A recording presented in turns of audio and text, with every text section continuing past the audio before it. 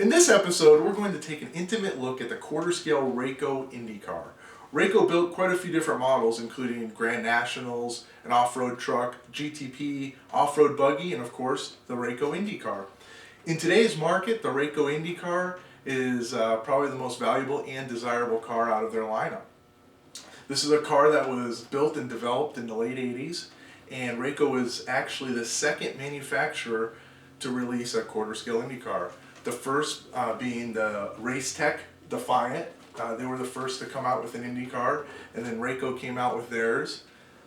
New Era eventually came out with an Indy car, and B&L were working on an Indy car prototype as well. That was a beautiful car that just never made it out into production. So what we're going to do today is we're going to take this down and take a look at it and see what's under the hood. So here we have the car. These cars came with a black polycarbonate body shell from the factory. It was a two-piece body. It had the main body piece, and it also had a front nose cone that was separate that was easily replaced if you had gotten into an accident. The front wing and the rear wing, these are standard wings that came with the car. And the tire widths on this car would be a 4-inch tire in the back with a 3-inch wide tire in the front. On this model, I actually have chrome-plated plastic wheels. That was a factory option through Raco, and these cars generally came with just a plain plastic wheel. Another thing I'd like to add is the diameter of these wheels. They're a 4-inch diameter wheel. Pretty much all domestic cars came with this standard, which was a 4-inch diameter wheel. That translates to 16 inches in a full-size wheel. Some European manufacturers, they made a 5-inch diameter wheel, which would translate to a 20-inch wheel. Here we have the body off when we're looking at the front end of the car. And probably one of the first things you'll notice is the absence of shocks. Well, they're there, but they're inboard shocks, which means that there's an arm here connected to the upper A-arm that comes down, attached to a cantilever, which in turn presses up onto a shock, creating its suspension. Another thing you'll notice is the front end of this car is pretty shiny, and that was something that was done afterwards. When you bought a car like this, it would come with A-arms that looked like this, which were a sand cast aluminum part, pretty gritty feeling. It takes a lot of sanding and polishing to accomplish this look, but when done properly, as you can see, it's a very nice upgrade.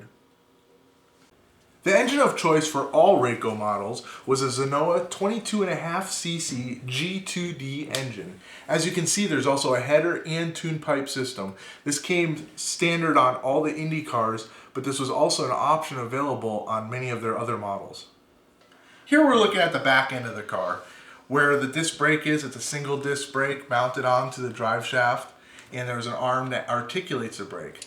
There would be a servo mounted here that would pull on the brake arm to slow down the car. The rear end, this is a quick change rear end, which means you could remove this cover, change out the gears, and change it for any type of gear ratio that you'd want to optimize the car for just about any type of track condition. These rear ends were used in virtually all Raco cars, with the exception of their Sidewinder model that was belt driven. Another thing that's unique to this model is the way the gearbox is attached to the engine, which we're going to take a look at my bare chassis model so you can take a look at that. One of the unique features with the Raco quick change gearbox is that it mounts directly to the engine.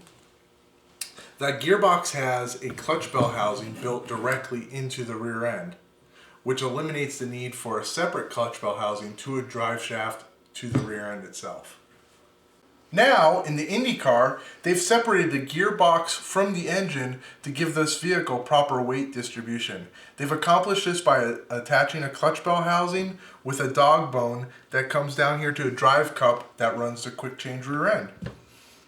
This is a very unique setup for the Raco cars, and there's only 2 vehicles that they use this in, which was the Indy car and the Super Modified 2.